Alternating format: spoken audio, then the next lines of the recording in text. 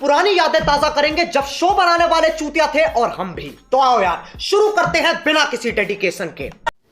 है गे छोरी सुन गई गैर मिसका बोलने छोरा अपना कालियो अपना बाबूजी बाबू के कह दिए लड़का खानदानी पैसा वाला छे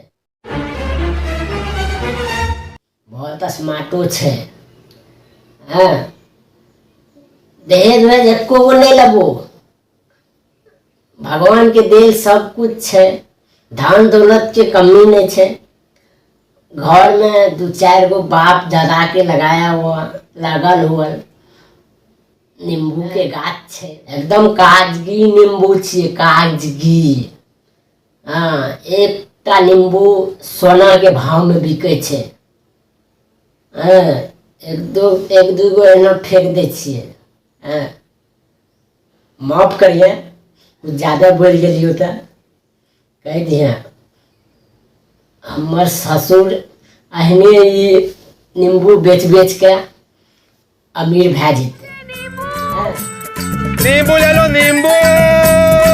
थैंक यू। अरे नींबू ले लो नींबू। ताजे ताजे नींबू। बोलते एक दूगो तोड़ के फेंक दियो है बेचवा दियो एक दूगो तोड़ के बेच के तू झुमका ले लिए मैसेज में जरूर बताइए।